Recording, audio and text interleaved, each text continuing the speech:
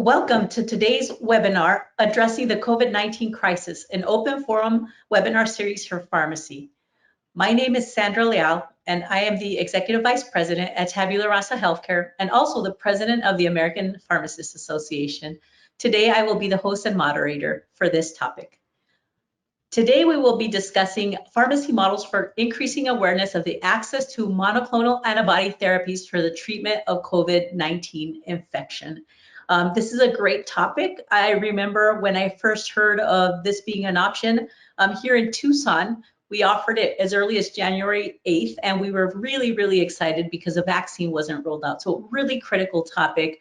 We're very happy that we're conducting this in collaboration with the American Society of Consultant Pharmacists.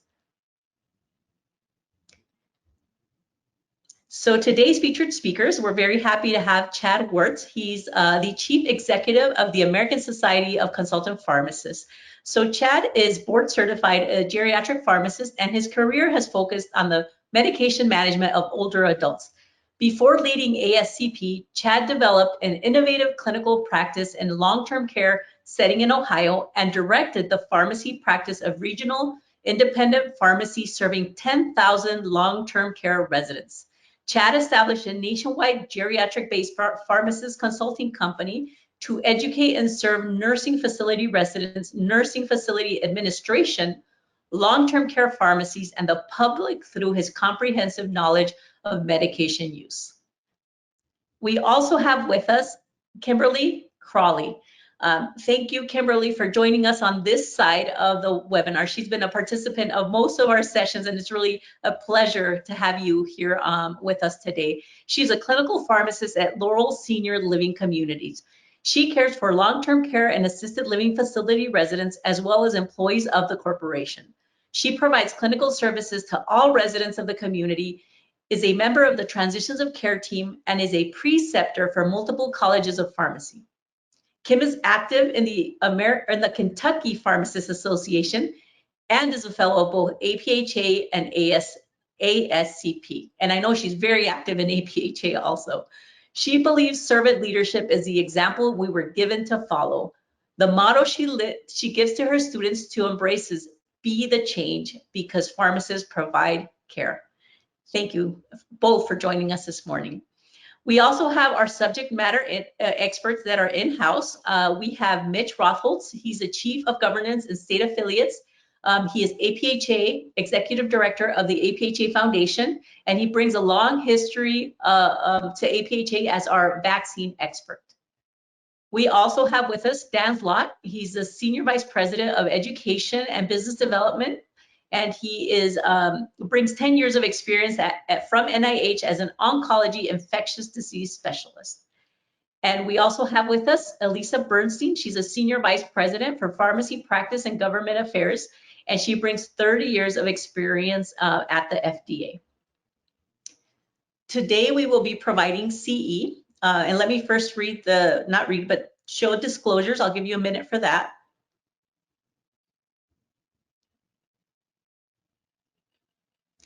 Here are the learning objectives for today's Cs. I'll give you a minute to read through these.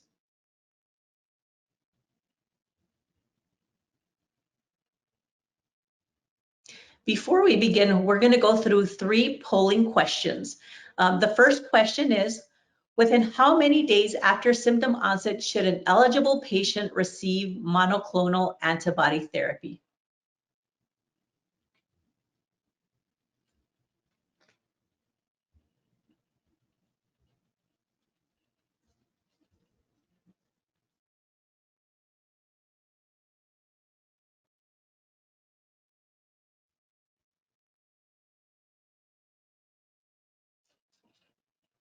Great, thank you. We'll go to the second question. Which of the following patients should be eligible for monoclonal antibody therapy?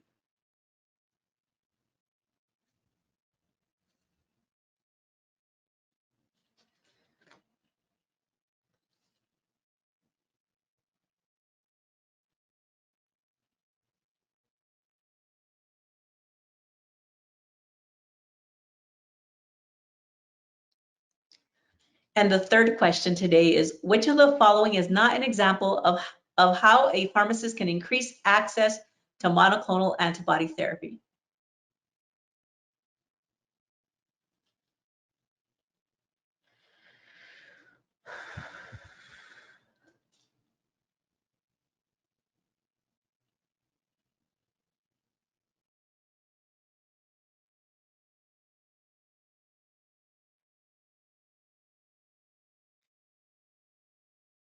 Great.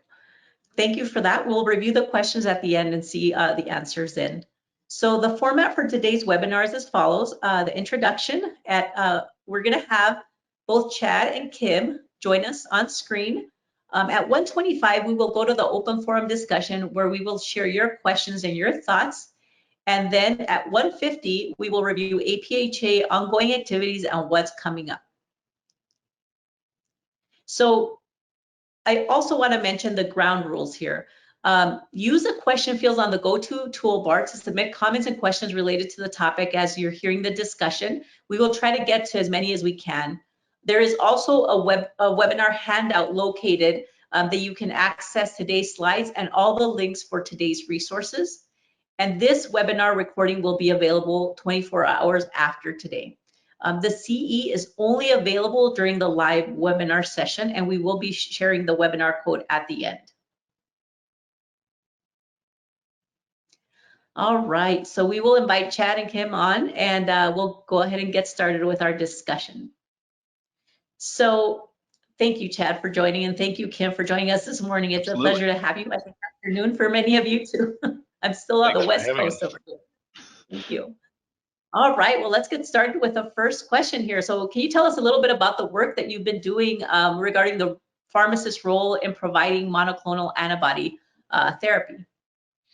Absolutely. I think what's maybe a little bit different than what we experienced on the vaccine side, the monoclonal antibodies were given emergency use authorization, and I think basically in November, early December, and HHS and the people that work at the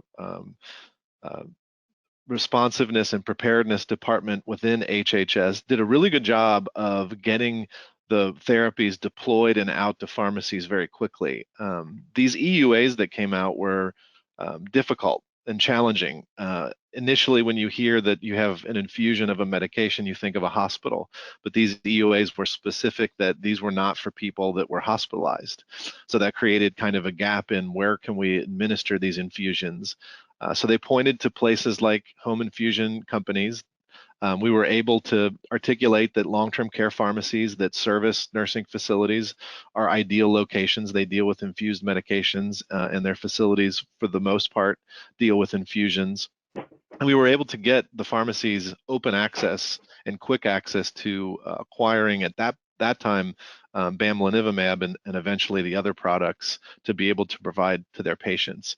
I think the other thing that was critical about the monoclonal antibodies was the eligibility of the patients that we were providing it to. So everybody over the age of 65 was eligible with a positive COVID test. Everybody over the age of 55 that had hypertension were eligible for the monoclonal antibodies at the outset of this. That really spoke to the population that long-term care pharmacists manage, and certainly made it easy to access the medication for the patients that were testing positive. And as we know, nursing homes bore an extreme burden, assisted living facilities as well, in the early phases of COVID-19. So HHS established Project Speed. That's what they called the project, to deliver these products to pharmacies to be delivered to patients in settings that were appropriate. They partnered with the NHIA, which is the Home Infusion Association, to make sure that their pharmacies were able to acquire doses and be able to deliver those doses to patients. Those particular pharmacies set up infusion clinics and were able to service the community. And in some cases, they actually were able to help understaffed nursing facilities and assisted living facilities by coming in and providing the infusions end to end for their patients. In terms of ASCP and long-term care pharmacies' role, we did provide access to long-term care pharmacies who could acquire the monoclonal antibodies, and then be able to coordinate with their facilities at getting those monoclonal antibodies to the patients in the skilled nursing centers and in the assisted living centers that were able to identify that they were capable of administering the infusions. There is an open access ordering site. There's a link on this slide that HHS has provided. If pharmacies are trying to get into the program, they can go to that site to sign up. In terms of the products that are available at this point, again, it's been an ample supply of product and an open access of product. There's the Lilly combination is currently available, the Regeneron combination, and there's a new product from GSK that's out that is not quite available. They're working through the process with the federal government to get a contract and provide that. But at this point, you are able to get the Lilly product and the Regeneron product. And if you have original bamlanivimab, which is not eligible to be used independently anymore, you can acquire the complement etesevimab that complements the bamlanivimab from that website as well. So pharmacies can find access to product on that site. You know, since the inception, we've enrolled over 700 pharmacies. We've helped acquire over 15,000 doses, 5,000 of which were administered, to your point, Sandra, very early in January and February, and we continue to do that. We've seen a drop-off in demand because of the increase in vaccination and the number of people that are protected, but it's really kind of a sensitive time because now you have patients that may have not received their vaccine, may have chosen not to receive their vaccine, but still fall into these risk categories, still acquire COVID-19, and still would be eligible for these products. And honestly, they're exactly who the government and those of us that are working in this population want to make sure have access to these products. So there's still a need to make sure that people are aware and that the medications are accessible to those people that are testing positive. That's incredible. You know, when I first heard about this, especially like I mentioned early in January, I was like, wow, this is so good that we have an option. They actually did a big news story that we were the second location in the country to have an infusion clinic, but I had no idea that pharmacists were so actively engaged. And so when this topic came up and when I found out about the work that you were doing to get all pharmacists activated to do this, I was so impressed with the ability to do that. So I'm so happy that we're sharing it with the rest of the pharmacy community. I'm sure a few people are probably hearing about this for the first time and how active pharmacy has been in this space. So thanks for sharing your experience. Sure. Do you have? Yeah, we have some resources on our ASCP site. Usually the focal point is our ascp.com/disaster page. That has a lot of our resources as it relates to COVID, the vaccines and the monoclonal antibodies. We partnered with other groups like the American Medical Directors Association, AMDA, that oversee the physicians in the nursing facilities. So we've got some resources that can help people regardless of the setting that they're practicing in. And there's been some updates to these products as well. Always go to the EUA websites for the products to get the latest information. There are changes in infusion times. There are changes in the route of administration. The Regeneron product is now capable of being administered as a sub-Q as opposed to infusion. And there's more changes and more products coming down the line. So. Well, thank you. And I just want to remind everybody, we have the handouts, and in the handouts, the links are live for this information. For the previous slide that had the link, and so make sure you download that so you have this resource as an access.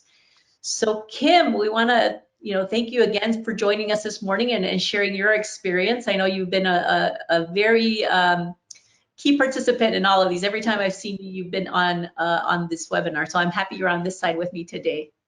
Do you want to share a little bit about your experience and what you've been up to? So I did share a few pictures of my work. So on the left, under our wall of honor, because we have a lot of veterans here, we have an agreement with VA, so we have a lot of veterans, and we are proud that we are able to provide care to them. The tall gentleman in the back is my partner pharmacist. He rivals Dan's lot in height, so you can get a picture of what that looks like. And the three young ladies in the front were our APHA students last month, and we have different ones this month, and next month we have APHAs and APs, and it's going to be quite busy. But in the front, you'll see Christmas. Christmas didn't look the same in the nursing home this year. Normally we party every day from about Thanksgiving on. We're not partying at all right now, and it's not fun. So we are proud to say that everyone who can be vaccinated in our building is vaccinated. That means a lot to us. And on the right are my 4 techs, my primary techs. They're all certified. I'm so proud of them. We cannot do our work as pharmacists without our good technicians by our side. They are our right hands. But to go back to what we're talking about, the subject monoclonal antibodies, it was just fate. So, in my opinion, it's a gift from God. But I actually read about these coming out in a blurb from FDA in first part of November, and I thought, wow, what a great idea. You know, we did IVIG for years in hospitals for kind of the same reason, passive immunity till we can get active immunity from whatever source. And then had a call with Chad and ASCP, and they were talking about ASPR reaching out to them, and I emailed them, can we join? Because, you know, we are a standalone facility. We are not part of any corporate structure whatsoever. We are 3 floors, 179 beds, and 2 assisted livings, and all of our employees. So we take care of about 700 lives. But we are little, and we get left out of a lot of things. But ASCP said, no, you can be part of this. And so we signed up. It is through AmerisourceBergen. That's just the wholesaler that was chosen by the U.S. government to provide these products. And of course, we're not an AmerisourceBergen customer at this point. Didn't matter. And signed up, got an email from a gentleman on December 23rd that says, I need a copy of your pharmacy permit to start your account. And I sent him the stuff, and I didn't hear back from him. And at December 23rd at 11:59 p.m., we got the news. We had our first case. And I panicked because I didn't have any drug. So I did find out the next morning that the hospital had received 10 vials, and they didn't even know what it was. But I had called to see if they'd had it, and they said, we just got this stuff. We don't even know what this is. I said, well, I do, and I need some. And, you know, as good pharmacists, we make relationships with all of our partner pharmacists across the board, no matter what the setting, because we're here to help each other. And so the very first infusion was actually given at the hospital because nobody could tell them how to do the proper transfer, which we now know is easy to do, but this was first days. Nobody knew how to do it, and they were afraid they would get in trouble if they just gave me the drug. So Christmas Eve came, and one turned into several. And I called the hospital and I said, we really don't need to be moving these patients back and forth. It's putting way too many people at risk. And so I called their medical director, who happens to also be a provider here. We worked it out. They gave me drugs. And the day after Christmas, I got my own. And I will tell you, it is my opinion that and at that time it was just bamlanivimab. That's what we were able to receive. At that time, I have no doubt in my mind that we saved lives. Over the course of a few months, we've had a total of 38 positives. 4 people did pass away, but 34 did not. And they all had the same basic comorbidities. My average age here is 89. Diabetes, as you know, is a huge risk factor in Southeast Kentucky. Almost to a person, they had that. Lots of heart issues. You name it, my babies have it. And we saved lives by doing this infusion. My nursing staff, they were like, just tell us what to do and how to give it. So I mixed it. I would take it upstairs. I would help them hang it. We had a whole protocol set. We just called the doctor and said, we're starting protocol on this patient. Okay. It got to the point that within 12 hours of diagnosis, we had drug in arm. Wow.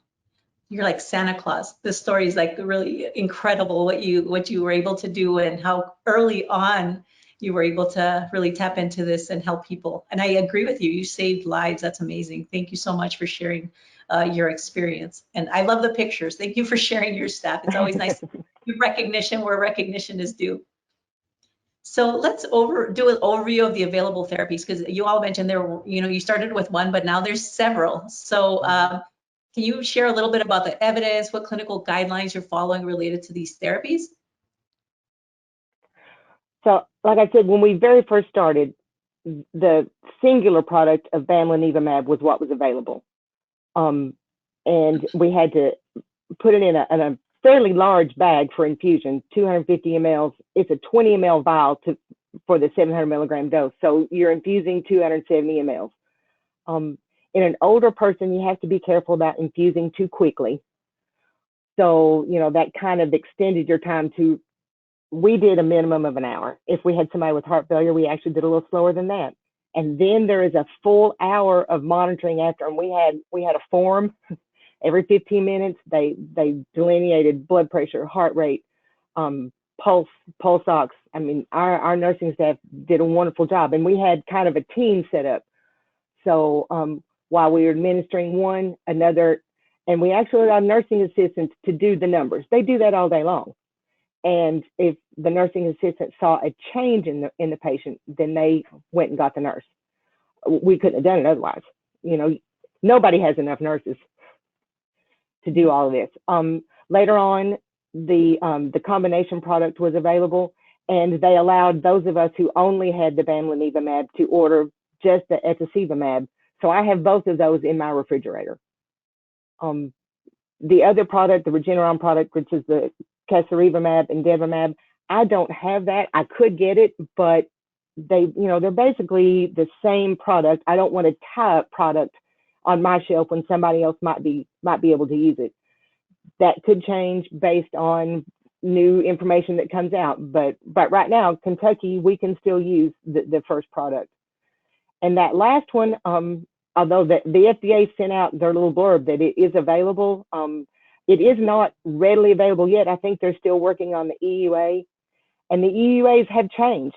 So every time I receive information about a change, then I download the new one and make copies. Anybody who has received these infusions, there's a copy of the EUA that we have discussed with their family in their chart.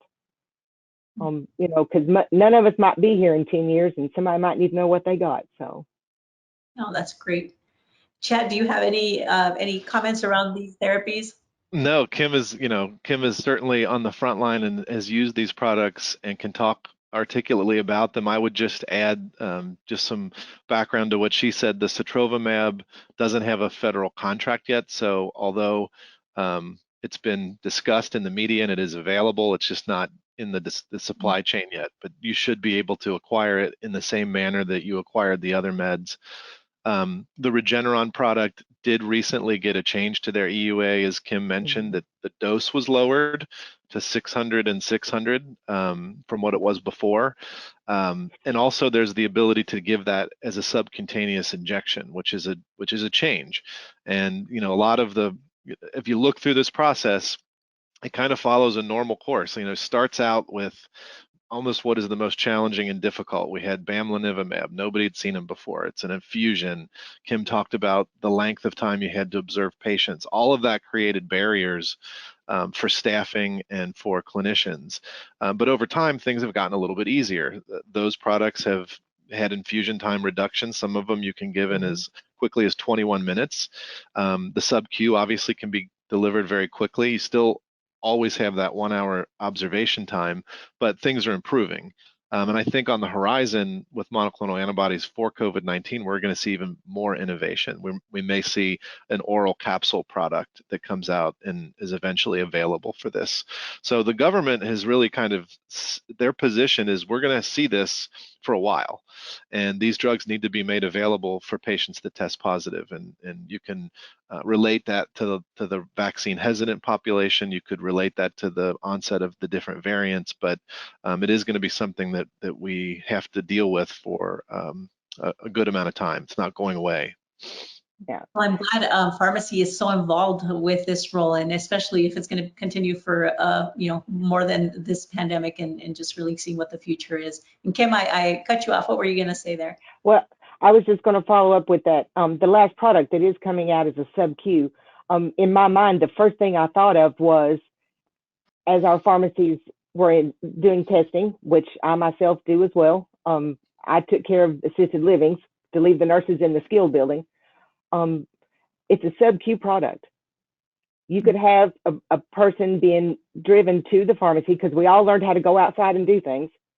and they could go outside and give this subcutaneous shot that won't take any time at all, and then tell the person, we need you to stay right here, and that the person driving, if there's any change, they need to call us. We'll come back, because there will be a time to monitor, as there is with vaccines.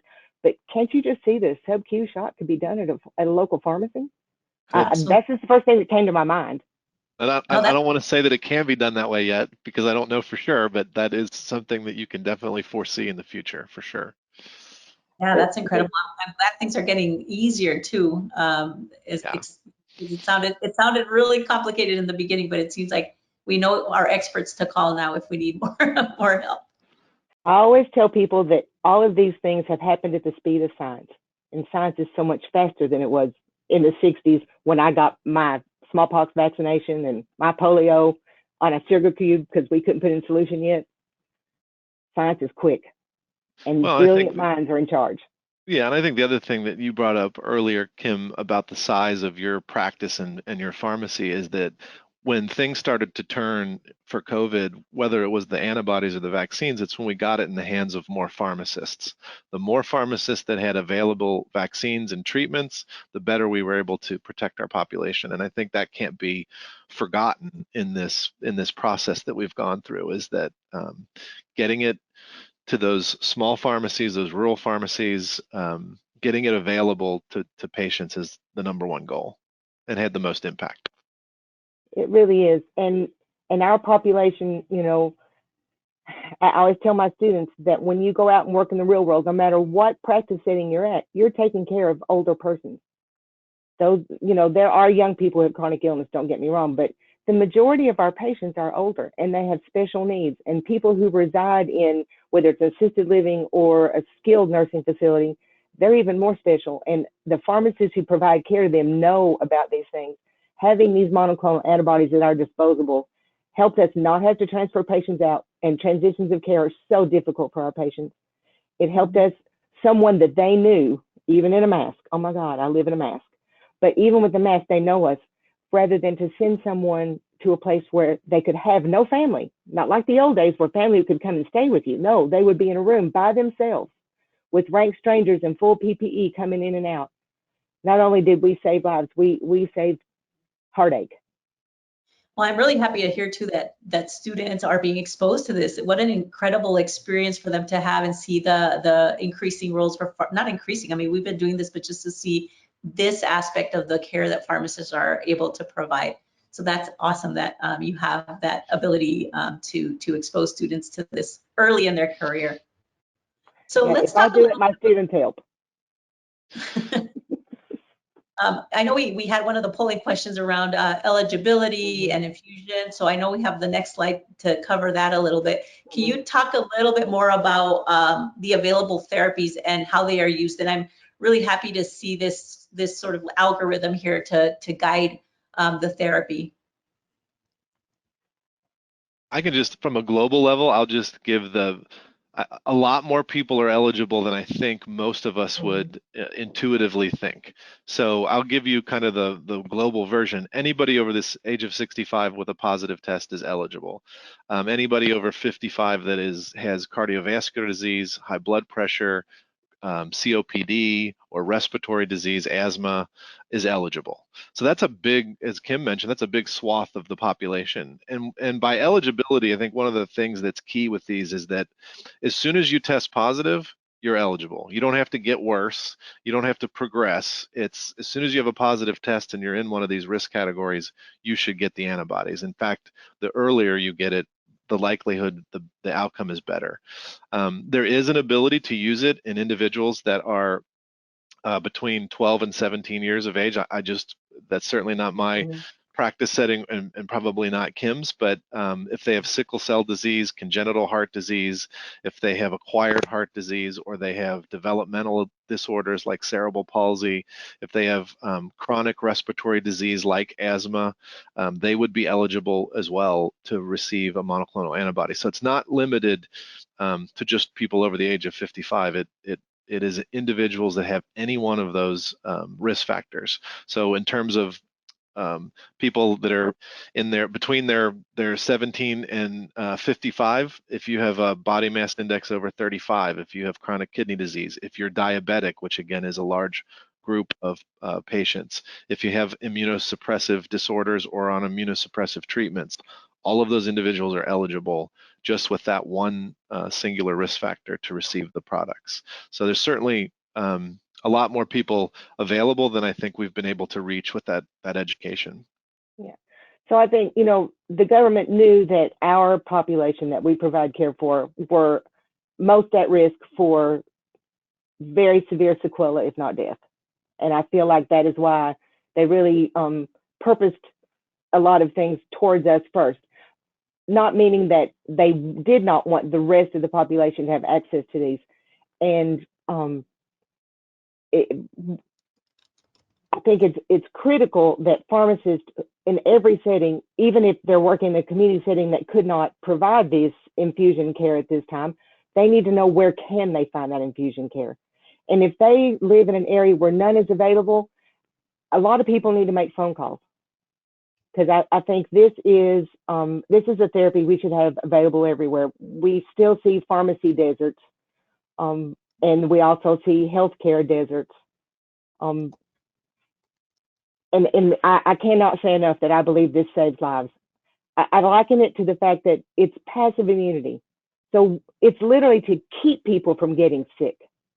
You know, they've tested positive, get it to them as quickly as you can, because you want to prevent more severe sequelae.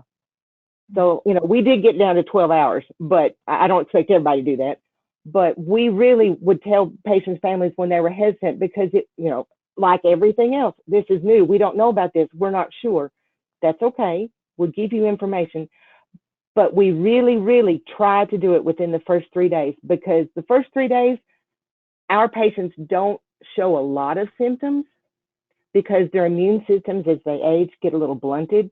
By about day 4, then you really see the really high temps. You start seeing some delirium. I mean, you name it, and it's going to start happening. So we really tried to get the families to make a decision early. If it took a week, we would still give it. But if you can get it in quickly, we had people who never had a symptom hardly. It was amazing. That's great. Thank you. So the earlier, the better. But what's the longest that you can go where you can still offer the therapy? Is there a guidance for that? I can answer, Kim, or you can answer from your experience. The goal, the really only restriction is if you're hospitalized. If you're hospitalized with COVID, you're no longer eligible to receive it. There may be a restriction if you're on oxygen as well, even if you're not hospitalized, but that's really the barrier. And it's not if you're on oxygen, it's if your oxygen needs change. Because I have a lot of people in the building who need 2 liters through the day. Yeah, right. But if I can maintain them on 2 liters, not a problem. I know that you read things that say up to 10 days. So 10 days is kind of the cutoff. But having gone through this, my experience says the sooner the better. Yeah. Kind of like vaccines. I love it. So the sooner the better, but up to 10 days. So that's, I just wanted to make sure that was clear for everybody. Perfect. And I think just to reiterate that, I think that's where we lose some people, is that they're like, well, I don't even feel sick, but we should give it to you anyway. Like, you need it anyway. We don't want you to get to the feel sick part. Yeah, no, and people decompensate pretty quickly. They could be fine, and then all of a sudden something happens overnight that changes that. So thank you for sharing that. So let's go to the next slide. We're going to talk a little bit about, you know, the various roles that pharmacists have played. And can you talk about that a little bit more, and just where you see the future, you know, some aspects around practice as you've experienced with this, and where this can help us in the future? Well, I'll go first because mine's quick. Chad knows about the big picture. You know, here we're a small place. We're standalone, like I said, and so we don't have like extra staff. Nobody really has extra staff, no matter what setting you're in. But because we had this added burden of everybody being in full PPE, being so extra special, super careful, I took on a lot of roles. And my partner pharmacist, because I was out doing things, then took on the role of doing the majority of the dispensing side, because we do it all here. So I did a lot of the testing. I did all the fit testing. So if you need an N95 tested, I'm your girl. I know how to do it. So I fit tested about once a week, because once a week they sent us new masks because they were so hard to find. When vaccination came, we of course worked. We actually were chosen by Walgreens, which was fine. We were fine with either. Got totally lucky because 6 of the 8 pharmacists who helped us through that process were my prior students. They actually volunteered to come here because they knew how special my people were. But I had to coordinate all that. So there was lots of pre-work with that. You know, pharmacists are problem solvers. We had a big problem. We had to be part of the solution. And I think that's what you see every day in every setting. Well, it sounds like, I mean, a lot of keeping up too with all the changing guidelines and I mean, it seems like every day something new comes out. So even that is a ton of work. So thank you for everything you're doing, and I appreciate that experience. And Chad, can you talk a little bit, you know, just what are the different roles pharmacists are playing within this, and anything else Sure. you want to? I think it's similar to anything that we see that's affecting a population. You have pharmacists that are on the ground, that are part of the infusion, compounding the infusion, or even, as Kim said, some pharmacists were actually being part of the monitoring of the infusion because of staffing issues. Certainly the pharmacist is a quarterback when it comes to how do we make sure that our clinicians are educated. This is not something that a pharmacist can order. So we have to get buy-in from the physicians and the medical directors to be able to get the medication ordered. So there's a component that is a pharmacist's role there. And as Kim mentioned, in the community setting, you know, just being someone that can provide access to. So this is available. I might not have it at my pharmacy, but I know if I call this infusion center or this infusion pharmacy, I can get you in over there. Or this nursing facility is doing it for people in the community. You might be able to go there and get the infusion done. Or the government actually built a program that called up Medical Reserve Corps, which are volunteers that could be the monitoring and the infusion clinician that applied the medication to patients. So there's all these resources, and you know, as we all know, the pharmacist is the most accessible healthcare provider. So by having them know what's available and what's out there, they can be that quarterback in terms of getting people access to the medication, whether it's in their pharmacy or not. So there's all kinds of roles that pharmacists play as it relates to the monoclonal antibodies. That sounds incredible, and an incredible public health role. Are either of you seeing any pharmacists being able to do this under collaborative practice to prescribe it, or has it mostly been working with the care teams to deliver it and to get it to the patient? You know, going forward, I think that we'll see more of that side. When we had to jump in the middle, the easiest way to do was I actually called all our providers. I explained to them what it was. They didn't know what it was either, except for one who was the medical director at the hospital. Told them what we wanted to do, how we wanted to do it. We put it all on paper. They signed off on it. And from then on, we just called until the family said yes. Right. So we are always supposed to inform the physician of any change of condition. So we would call and say, we have a positive test. We're calling the family. We will let you know if they agree. And then we call back and said yes. Because that cuts out a lot of time if you don't have to explain it every single time. And I think going forward, we will see collaborative practice, especially if we have a big uptick once the sub-Q product is available, because that makes it even that much easier to give to that many more people. Yeah, and I would follow that up with, like, I feel like in association work, what we do at ASCP and what you do at APHA, half of it is carving out the opportunity for pharmacists to play a role, and the other half is protecting those pharmacists that already went there to do it. And I think what Kim's suggesting is, do we have collaborative practice agreements that are signed and completely articulate how this is going to work? Probably not. But you had people doing it the way that they would do it if there was a fire. We're not asking if we can put out that fire. We're just telling you that we're going to put out that fire, and this is how we're going to do it. So I think as this evolves and the frequency of COVID becomes less, fortunately, then collaborative practices can come in and say, okay, well, if I'm now part of the test and treat and vaccinate model, I can put a collaborative practice agreement in place that says, yeah, if I find a COVID-19 patient, I'm going to start this therapy, and then I'll call you and let you know that I did that.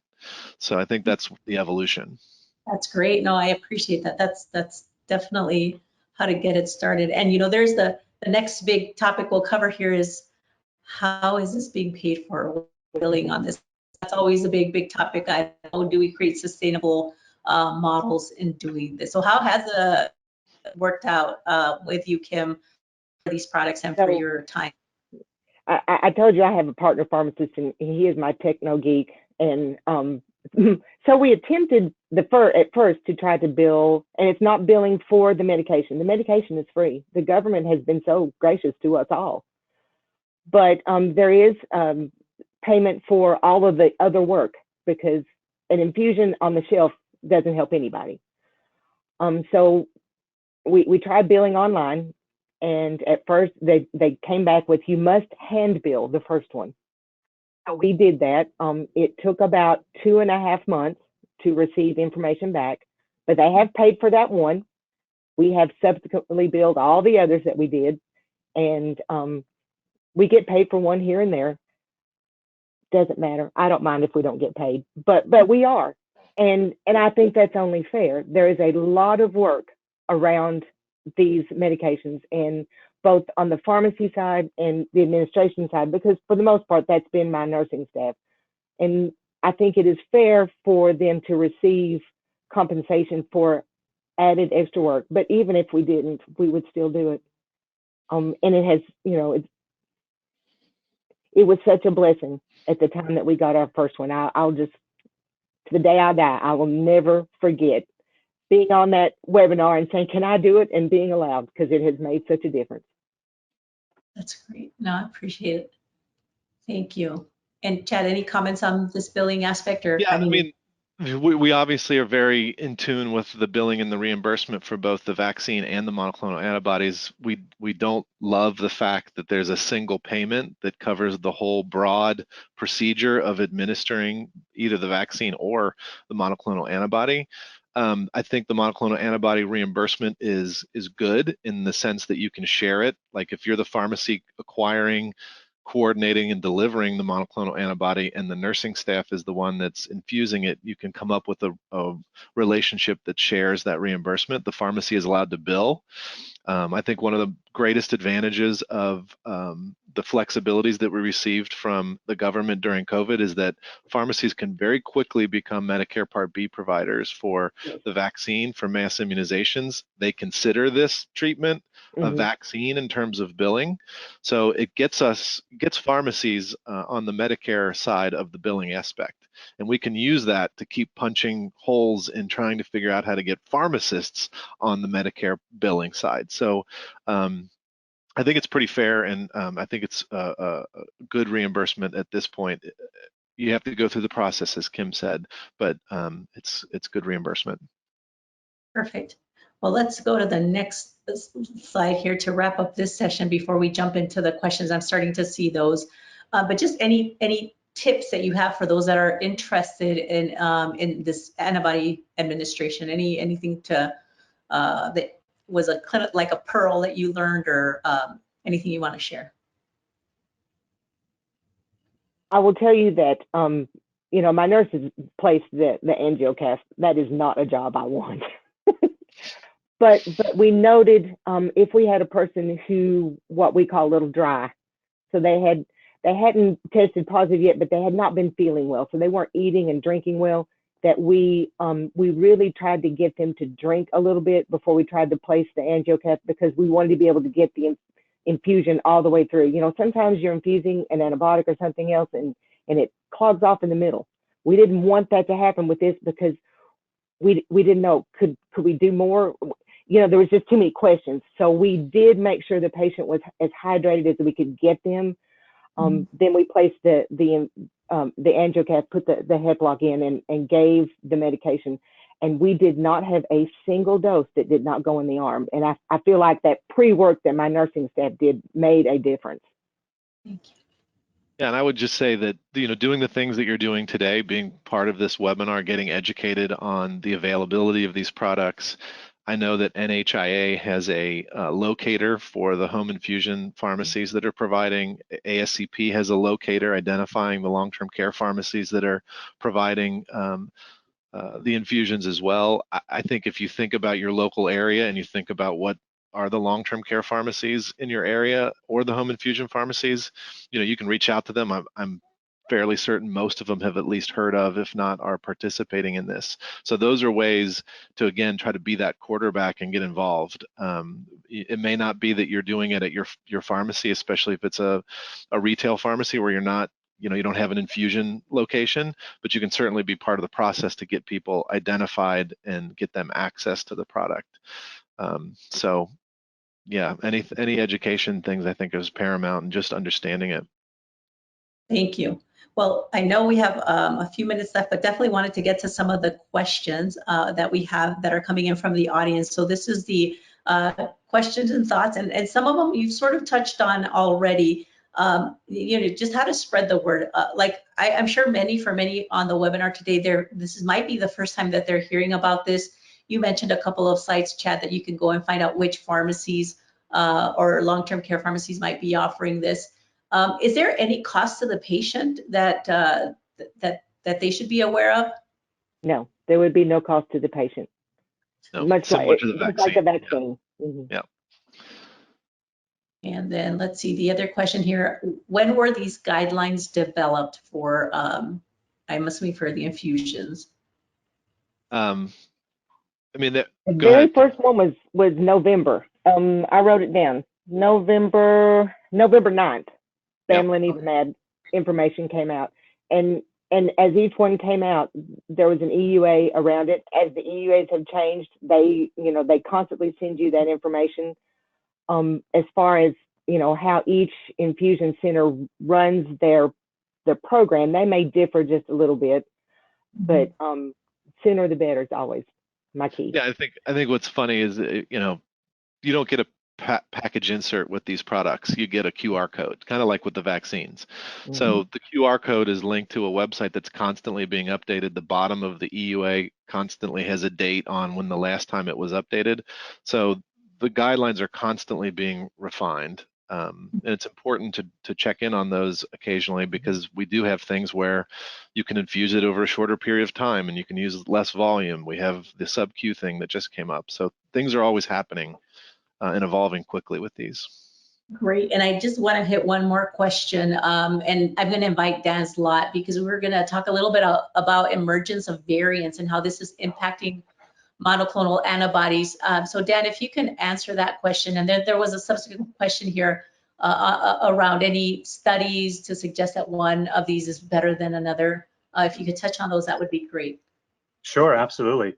Great questions. So first off, let me just talk a little bit about some of the variants. So when we start talking about the monoclonal antibodies against COVID-19, there are a number of variants of concern. The two biggest of concern are the P.1 variant. You'll also hear that now called the Gamma variant if you're following the WHO classification. The other one is the B.1.351 variant, now also called the Beta variant. Again, if you're looking at the WHO variant schema, you have to change names because it would be too convenient if we just use the same name all the time. So the thing about these two variants is that they are able to escape detection or escape the antibody, certain antibodies. So let's talk about what's out there. So we really have 4 different monoclonal antibodies, and some of them are used in combination. So the first one that came out was bamlanivimab. Then we've got the combination of bamlanivimab, etesevimab. Then we have casirivimab, imdevimab. That's the second combination. Mm-hmm.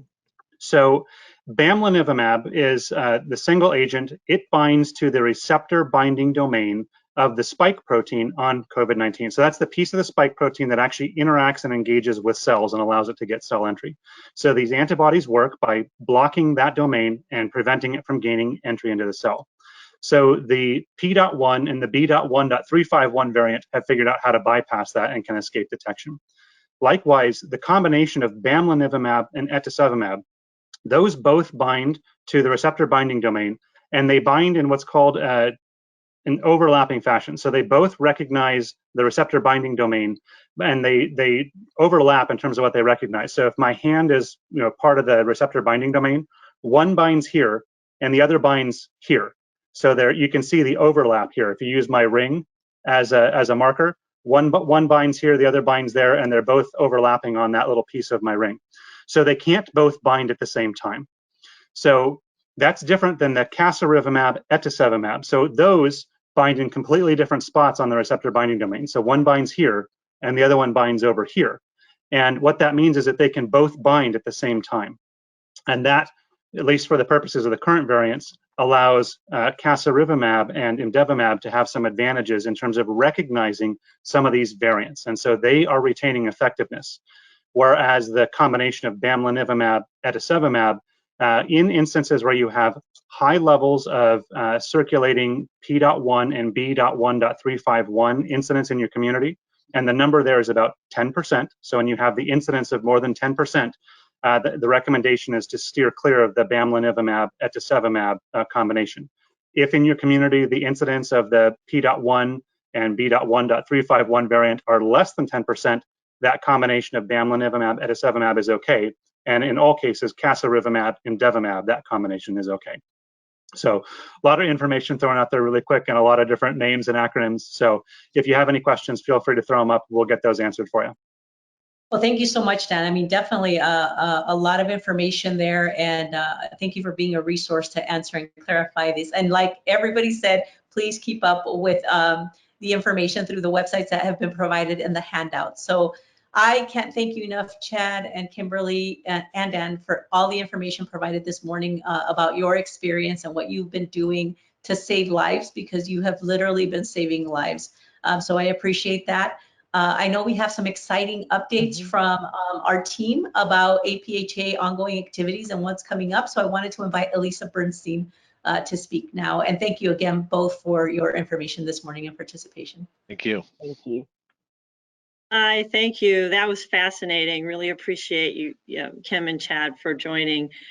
So I'm going to share some things that are going on since the last time we met. For many of you who are regulars here, all pharmacists should be aware that legislation was recently introduced that will provide pharmacists as eligible providers under Medicare Part B. And what it does is allow them to serve in underserved areas, and it is within the scope of practice for the state. It provides a reimbursement mechanism. It does not apply to all Medicare Part B beneficiaries, and it does not grant pharmacists new authorities beyond what's within the state scope of practice. APHA has an effort underway that enables you to, in one very simple click, reach out to your legislators to tell them to support. We need more co-sponsors for this bill in the House and in the Senate.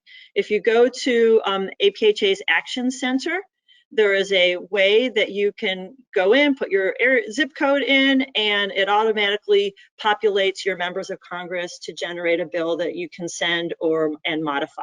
So please, please send letters, tell your legislators to co-sponsor or thank them for co-sponsoring. We can go to the next slide. I know time is running close.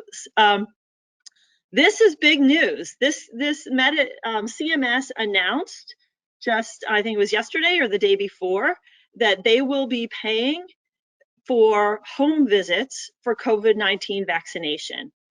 This is in an effort, so what as you all know, likely that the president has a new effort to try and vaccinate 70% of the population by July 4th. And they are trying to reduce barriers and create incentives to get vaccinators into communities and bring the vaccine to particularly those who are hesitant.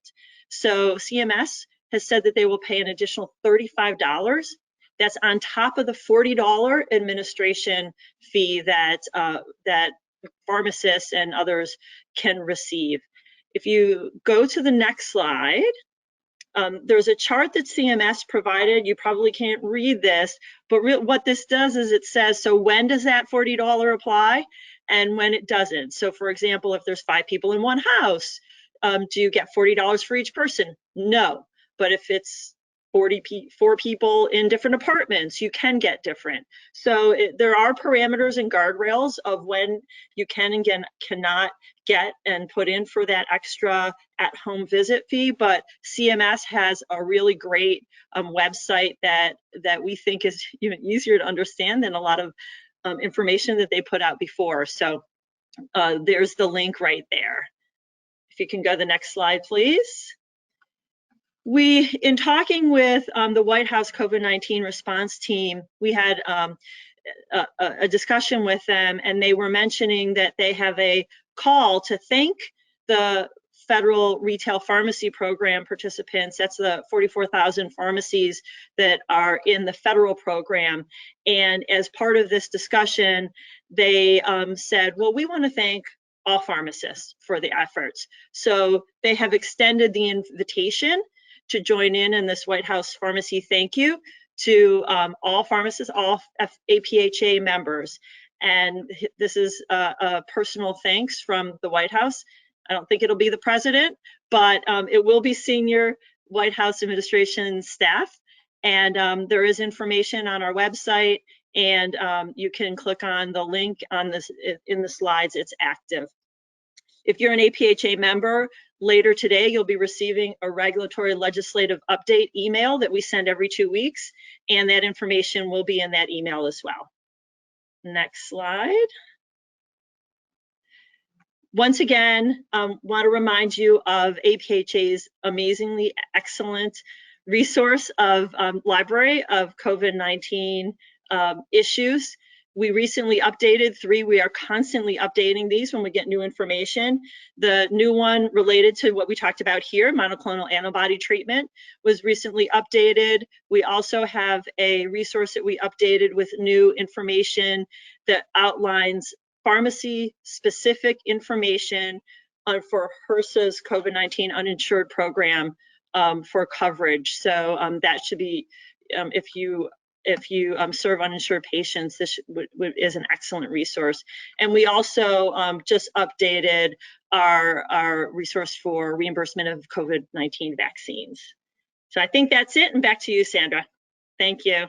Thank you, Lisa. So much great information and so much work. I wanted to quickly just go over the rest of the slides so I can give you that polling questions that we started with and the code for the CE. So just to remind you all, we have a vaccine confident website. It's got some great resources, videos. Please check that out. We also have a new show you know quiz.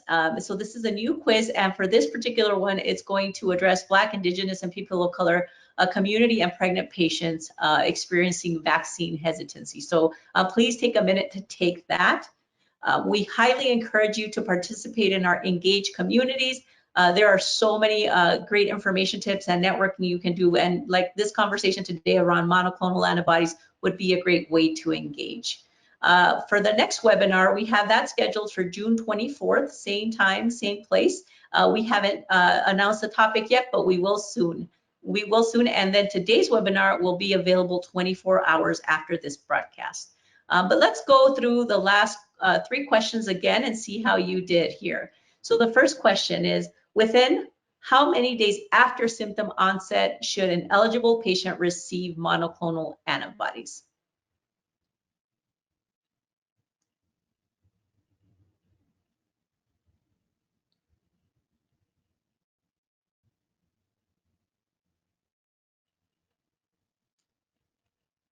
Perfect. So sooner the better, but within 10 days is okay. So most of you got that right. So definitely the sooner the better, but within 10 days if possible. For the next question, we have, which of the following patients would be eligible for monoclonal antibody therapy?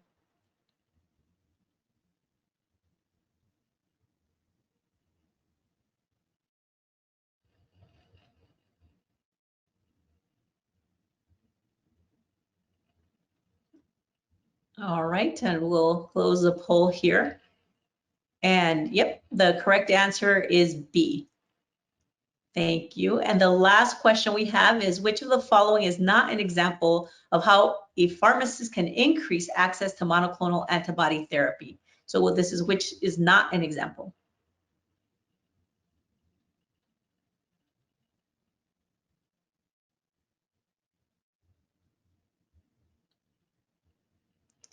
All right, we'll close the poll here.